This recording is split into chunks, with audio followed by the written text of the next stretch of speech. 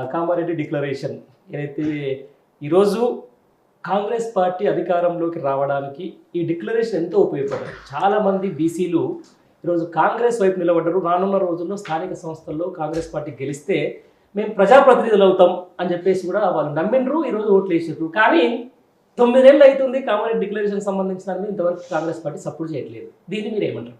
ఇప్పుడు కాంగ్రెస్ పార్టీ అధికారంలోకి వచ్చింది అంటేనే అబద్ధాలు మోసాలు అంటే మభ్యపెట్టి కాంగ్రెస్ పార్టీ వాళ్ళ అధికారంలోకి వచ్చిందనే విషయం క్షుణ్ణంగా అర్థమవుతుంది. మనం కూడా ఈ 9 నెలల పాలనలో ఎవరిని అడిగినా, అంటే ఓ కూలిని అడిగినా, ఓ రైతుని అడిగినా, ఓ నిరుద్యోగిని అడిగినా, ఇంకెవరిని అడిగినా ఆటోమేటిక్గా ఏం చెప్తారంటే, అయ్యో మేము మోసపోయినాం, మోసపోయి ఇవాళ గోసపడుతున్నాం, ఇవాళ కాంగ్రెస్ పార్టీ మమ్మల్ని మోసం చేసింది, ఆ మాయ మాటలకు నమ్మి మేము ఓట్లు వేసినామని చెప్తా ఉన్నారు. దాంట్లో భాగంగానే మీరు చెప్పినట్టుగా అనేక మోసాలు, 1, 2 కాదు. నిరుద్యోగ డిక్లరేషన్ ఇచ్చిండ్రా? ఏది లేదు. తర్వాత అసలు రకరకాల డిక్లరేషన్లు చేశారు. దాంట్లో భాగంగా కామారెడ్డిలో బీసీలను కూడా వంచన చేయడానికి 42% రిజర్వేషన్ ఇస్తామని చెప్పి బీసీల ఓట్లన్నీ కూడా దండుకున్నారు. మరి మేము అడుగుతా ఉన్నాం, ఇప్పుడు నిన్న కూడా మేము మీటింగ్ పెట్టి, లేకుంటే మేమందరం కూడా సమాయత్తమై 9 నెలలు అయింది. 9 నెలల పరిపాలనలో అనేక మంది సర్పంచ్లో, ఎంపీటీసీలో మాకు బీసీ బిడ్డలందరూ కూడా అయ్యో మేము ఓట్లు వేసినాం, మాకు రేపు స్థానిక సంస్థలలో మాకు రిజర్వేషన్ వస్తే మేము పదవులు ఎక్కి ప్రజాసేవ చేద్దామనుకున్నటువంటి వాళ్ళందరూ కూడా మరి ఏమైంది అని చెప్పి అడిగే పరిస్థితి వచ్చింది. మరి ఎవరు అడగాలి? ప్రధాన ప్రతిపక్షంగా మేమే నడుం కట్టి అయ్యా మరి 42% ఎట్లు ఇస్తావు, ఏమి ఇస్తావు అని చెప్పి అడిగే కాడికి వచ్చింది. అది ఖచ్చితంగా మేము అడుగుతున్నాం. కానీ వాళ్ళు ఇస్తారా ఇయ్యరా అనేది ప్రజలకు అవి మోసం చేసినట్టే చేస్తారేమో అని చెప్పి నేను అనుకుంటున్నా. అయినా మన బాధ్యతగా వాళ్ళు ఎట్లు ఇస్తామని అన్నారో, ఏ విధంగా ఇస్తామన్నారో ఆ 42% ఇవ్వాలని చెప్పి మేము అడుగుతా ఉన్నాం. రైట్. ఇదే కామారెడ్డి బీసీ డిక్లరేషన్లో మనం ఎవరు సరే రేవంత్ రెడ్డి చెప్తానో, లేకపోతే రాహుల్ గాంధీ చెప్తానో, లేకపోతే ప్రియాంక గాంధీ చెప్తానో, డైరెక్ట్ సోనియా గాంధీ వచ్చి చెప్తానో సరే దానికి అథెంటికేషన్ ఉన్నా ఉండకపోవచ్చు. ఎవరైతే బీసీ ముఖ్యమంత్రి ఉన్నటువంటి కర్ణాటక ముఖ్యమంత్రి ఇప్పుడున్న సిద్ధరామయ్య సమక్షంలోనే అక్కడ బీసీ డిక్లరేషన్ జరిగింది. దాని మీద సైన్లు కూడా పెట్టడం జరిగింది. ఆయన కూడా ఒక మాట అన్నాడు, ఒకవేళ కనుక తెలంగాణ రాష్ట్రంలో రేపు జరగబోయే స్థానిక సంస్థల ఎన్నికల్లో 42% రిజర్వేషన్లు ఇవ్వకపోతే నేనే వచ్చి ఇక్కడ ఫైట్ చేస్తా అని చెప్పేసి ఆయన ఒక మాట మాట్లాడాడు. దాన్ని అంటే నిజంగా బీసీ నాయకుల సమక్షంలో జరిగింది బీసీ డిక్లరేషన్. దీన్ని ఎట్లా చూస్తారు? అయితే పాపం సిద్ధరామయ్య గారు కూడా ఆడ ముఖ్యమంత్రిగా పనిచేస్తుండు. కర్ణాటక నేను ముఖ్యమంత్రి చేస్తా ఉన్నా, మరి ఇక్కడ కూడా రేపు బీసీ రిజర్వేషన్ అమలు కాకుంటే నేను వచ్చి చేపిస్తా అంటే నేను ఒక ముఖ్యమంత్రిగా మాట్లాడుతున్నా అని చెప్పి ఆయనతో అనిపించారని చెప్పి నేను అనుకుంటున్నా. అయితే వాస్తవంగా మీకు ఒక విషయం చెప్పాలి, ఒక్క నిమిషంలో చెప్తా. కాంగ్రెస్ పార్టీ మొదటి నుండి కూడా స్వాతంత్రం వచ్చినప్పటి నుంచి ఇప్పటి వరకు కూడా బీసీలను మోసం చేస్తున్న పార్టీ అంటే కాంగ్రెస్ పార్టీ. ఎందుకంటే ఆనాడు నెహ్రూ కాలేకర్ కమిషన్ వేసిండ్రు. కాలేకర్ కమిషన్ ఏం చేసిండు? అది కమిటీ నిర్ధారణ చేసింది. అరే బీసీలకు రిజర్వేషన్ ఇవ్వాలని చెప్పింది, ఇవ్వాలని చెప్తే ఆయన ఏం చేసిండు? సరే ఇస్తామని చెప్పి అంటారు కదా అని చెప్పి దాన్ని తొక్కిపెట్టారు. దాని తర్వాత జనతా పార్టీ వచ్చిన తర్వాత వాళ్ళు ఖచ్చితంగా బీసీ రిజర్వేషన్ ఇద్దాం అని చెప్పి వాళ్ళు ఆ కమిషన్ను మళ్ళీ ఒకసారి పునరుద్ధరించడానికి ప్రయత్నం చేశారు. కానీ జనతా పార్టీ అది పడిపోయినాక ఇందిరాగాంధీ వచ్చింది. ఇందిరాగాంధీ గారు వచ్చినప్పుడు అప్పుడు మండల్ కమిషన్ వేద్దాం, మండల కమిషన్ ద్వారా ఖచ్చితంగా మేము బీపీ మండల్ అని చెప్పేసి ఒక మాజీ ముఖ్యమంత్రిని కమిషన్ ఇచ్చి రిపోర్ట్ తెప్పించారు.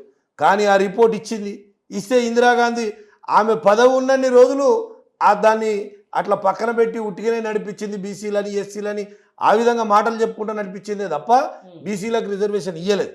దాని తర్వాత జనతా పార్టీ తర్వాత వీపీ సింగ్ అప్పుడు కూడా నేను రిజర్వేషన్ చేయాలి, అప్పుడు నిజంగా కూడా బీపీ మండల కమిషన్ ఉంది, ఆ కమిషన్ ద్వారా ఖచ్చితంగా వీళ్ళకు బీసీ రిజర్వేషన్ ఇవ్వాలని చెప్పంటే ఆనాడు ఉన్నటువంటి ప్రతిపక్ష నాయకుడు ఎవరు? మరి రాజీవ్ గాంధీ గారు ఏం చెప్పిండంటే నిండు పార్లమెంటులో బీసీలకు రిజర్వేషన్ ఇస్తే ఇవాళ దేశం విచ్ఛిన్నమవుతుంది, అంత లౌకికవాదం దెబ్బతింటుంది, అనేక కొట్లాటలు జరుగుతాయి, కాబట్టి ఇప్పుడు బీసీ రిజర్వేషన్ అవసరం లేదని తప్పించిండు. మళ్ళీ ఇవాళ రాహుల్ గాంధీ ఏమో బీసీ రిజర్వేషన్ ఇస్తా అన్నాడు. సిద్ధరామయ్య కూడా దాంట్లో ఆ తానులో ముఖ్యే కదా. అంటే వీళ్ళు చెప్పడానికి ఏమి ఇబ్బంది లేదు, ఎప్పుడూ మోసం చేస్తూనే ఉన్నారు, బీసీలకు రిజర్వేషన్ అయితే ఇస్తలేరు. ఇప్పుడు మరి కామారెడ్డిలో కూడా సిద్ధరామయ్య గారితో కూడా గట్లే చెప్పించిందని నేను అనుకుంటున్నా. అయినా మనం ఏమంటున్నాం, మేము డిమాండ్ చేస్తున్నాం 42% ఇవ్వాలి.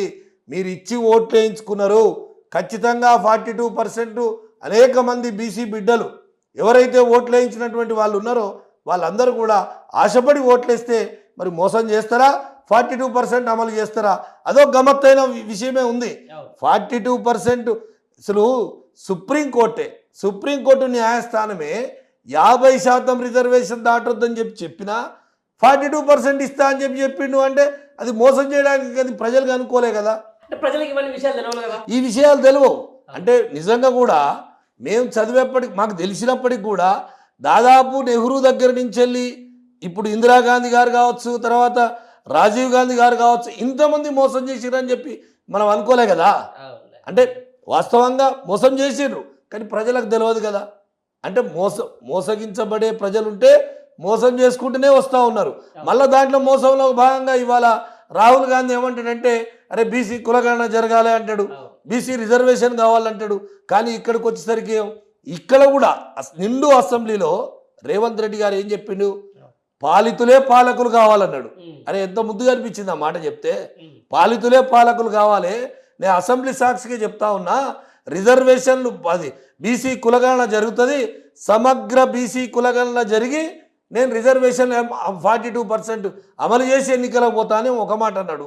తర్వాత అది అట్లా పక్కన పెట్టి ఒకసారి ఏమంటాడు, సరే అందరిని పెట్టి ఎలక్షన్లు పెడదాం అని చెప్పి ఒక ప్రయత్నం చేస్తూ ఉన్నాడు.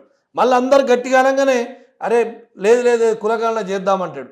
అంటే ఇట్లా రకరకాలుగా వంచి మోసం చేయడం అనేది కాంగ్రెస్కే, దాంట్లో రేవంత్ రెడ్డికి. రైట్, మీరే అన్నారు నిండు అసెంబ్లీలో పాలితులే పాలకులు కావాలని చెప్పేసి. మరి ఇదే రేవంత్ రెడ్డి ఆయన రెడ్డి సంఘం సంబంధించిన దాంట్లో పోయి అసలు రెడ్డులు అంటేనే పాలకులు అని చెప్పేసి కూడా అన్నారు. మరి దీన్ని ఎట్లా చూస్తారు? ఇప్పుడు అదే కదా మోసం అంటే ఎక్కడో అవపడతలేదు. ఇప్పుడు మనం అనుకున్నట్టే రెడ్డిల మీటింగ్ పోయి ఏమో అసలు రెడ్డిలే ప్రజాస్వామ్యబద్ధంగా ఎప్పుడైతే వీళ్ళే పాలకులు అవుతారు, వాళ్ళే అందరూ మంచిగా చూస్తారు, వాళ్ళకే భూమి ఉంటుంది, వాళ్ళకే జాగ్ ఉంటుంది, వాళ్ళే 10 మందికి అన్నం పెడతారు, వాళ్ళే దరి చేస్తారు, వీళ్ళే పరిపాలించే హక్కు ఉందనేమో అక్కడ చెప్పిండు. మొన్న నిండు అసెంబ్లీలోనేమో పాలితులే పాలకులు కావాలనేది నా లక్ష్యం, కాంగ్రెస్ లక్ష్యం కూడా అదే, దాంట్లో నేను తాను ముక్కలే కాబట్టి నేను కూడా చెప్తున్నా పాలితులే పాలకులు కావాలన్నాడు. కానీ వాళ్ళు ఏది మరి పాలితులే పాలకులు కావాలంటే మనం చూస్తూ ఉన్నాం, ఒకే సామాజిక వర్గం రాజ్యం వెళ్తుంది, అవపడుతూ ఉంది. ఒకే సామాజిక వర్గం ఇవాళ అసలు కార్పొరేషన్ చైర్మన్ వేస్తే ఒకే సామాజిక వర్గం. అసలు ఎంత బాధ అనిపిస్తుంది. ఇవాళ ఉన్నటువంటి వాళ్ళు టికెట్లు ఎన్ని ఇచ్చిండ్రు, వాళ్ళకు ఇచ్చినటువంటి ప్రతి పార్లమెంటుకు 2 బీసీలకు ఇస్తామని చెప్పినటువంటి కాంగ్రెస్ పార్టీ ఎటుపోయింది? అసలు ఒకే కుటుంబంలో ఒకే టికెట్ ఇస్తానన్న మాట ఎటుపోయింది? ఒక్క నల్లగొండ జిల్లాలో ఏ కుటుంబం చూసినా 2 టికెట్లే కదా. ఏ కుటుంబం చూసినా జాలారెడ్డి గారికి కొడుకు 2 కొడుకులకు, వెంకటరెడ్డికి రాజగోపాల్ రెడ్డికి, ఉత్తమ్ కుమార్ రెడ్డికి భార్యకు పెళ్ళానికి. ఎక్కడ న్యాయం అండి ఇది? ఎక్కడన్నా వాళ్ళు చెప్పినటువంటి మాట ఉందా? అంటే ప్రజలను మోసగించటంలో కాంగ్రెస్కు మించినటువంటిది ఏది లేదు. ఇవన్నీ 2 ఉన్నాయి కానీ ఇంకా 3 కూడా ఉన్నాయి. ఇంకా 3 కూడా ఉన్నాయి, ఇంకా చాలా ఉన్నాయి. అంటే ఎగ్జాంపుల్ నల్గొండ జిల్లా మాది కాబట్టి నేను ఉదాహరణకు చెప్తా ఉన్నా, ఇంకా 3 కూడా ఉన్నాయి. ఇంకెవరు ఉంటే వాళ్ళకు ఓటు హక్కు రాలేదేమో కానీ వస్తే వాళ్ళని కూడా పెట్టడానికి ఎక్కడ కూడా వెనుకకు పోరు వాళ్ళు.